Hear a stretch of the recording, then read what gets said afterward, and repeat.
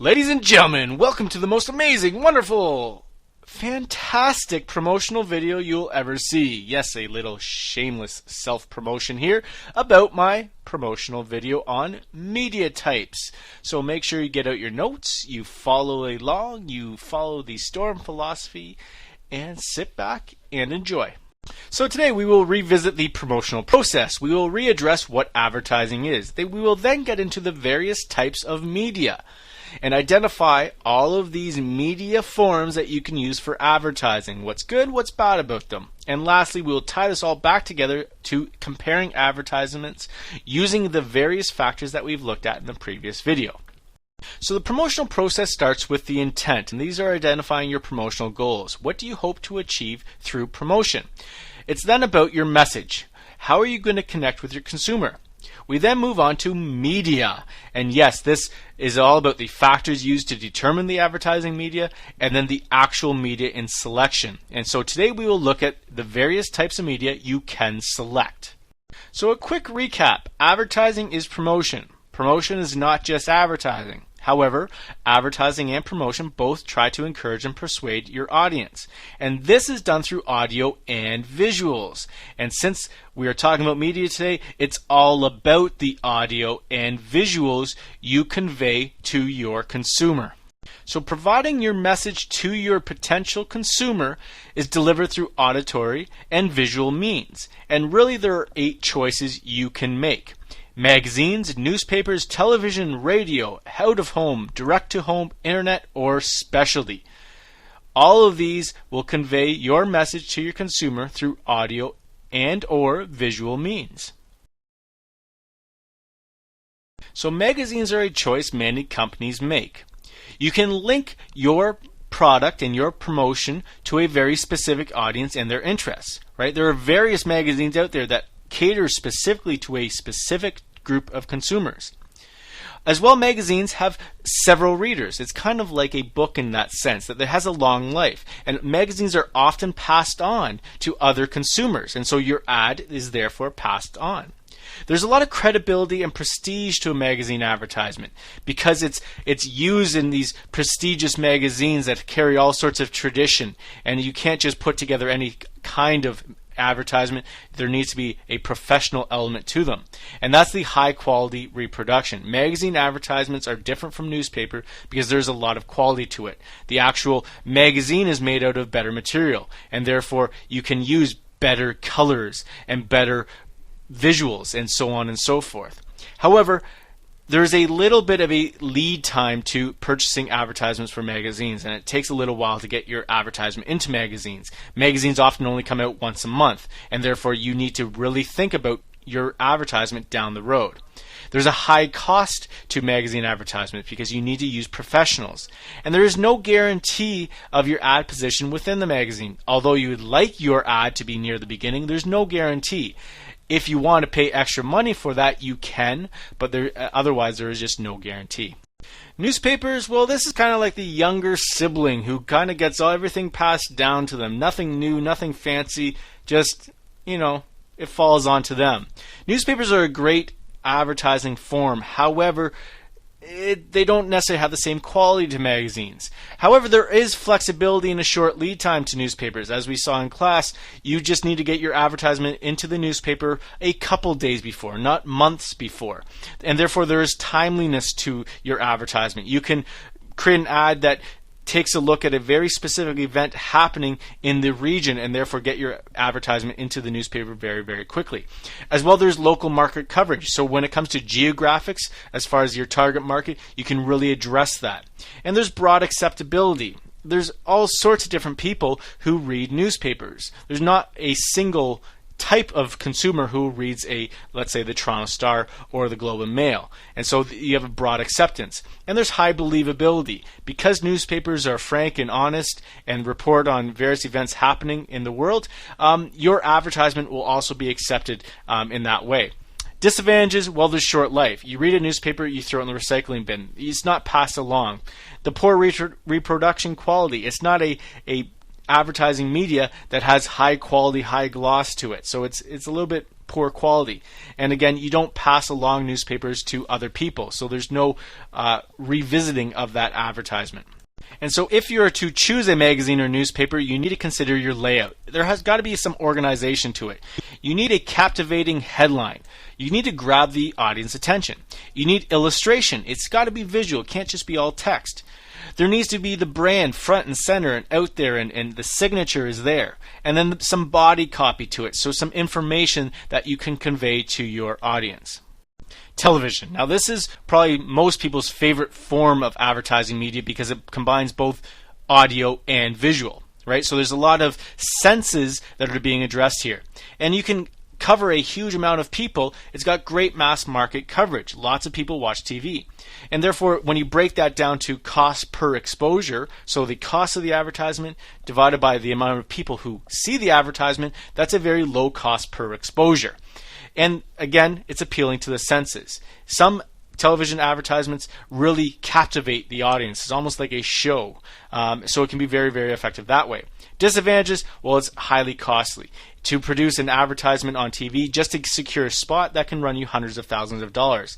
And if you think about the Super Bowl commercials we looked at, right, that can run you millions of dollars. And there's high clutter. There's lots going on when you're watching TV. Yes, the commercial is the only thing on at the time, but again, what's going on around in the environment. And fleeting exposure. 30 seconds is the normal amount of time that television advertisements last, and so it comes and goes very quickly. And the audience selectivity, unless it's airing on a very specific type of channel, you can't really get that selective with your audience.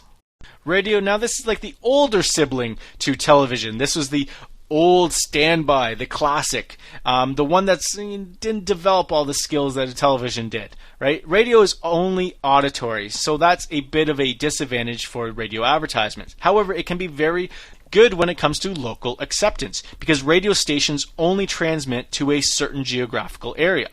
And therefore, you can get very specific when it comes to geographics and certain demographics, because certain psychographics of consumers in the target market mean that consumers will listen to various genres of music and therefore various stations. As well, it can be very low in terms of cost. Radio advertisements can be very simple, just a phone call into the radio station that's recorded and then aired on the radio station. And as well, radios are portable, and people are often listening to radio when they drive from one place to another, and so they are consistently listening to the radio station across geographic boundaries. Now, disadvantages, again, the audio. It's only audio. There's no visual, and many of us like visuals. Fleeting exposure. It lasts only for a short amount of time, 30 seconds, just like a television advertisement. Low attention. You kind of are listening, but you kind of aren't. And again, think about if you're driving in a car, you're needing to pay a little bit more attention to the road and less to the commercial that's on the radio. And again, fragmented audiences. If you need to air this to let's say a national audience, you need to air this on many different stations, and therefore the audience is very fragmented. However, if you are doing TV or radio, you still need to make sure they're effective, and therefore you need to follow the AIDA formula. A, attracted consumers' attention. I, gain their interest. D, build that desire for the product. And then A, provide a method for them to take action. Where can they go to get your product?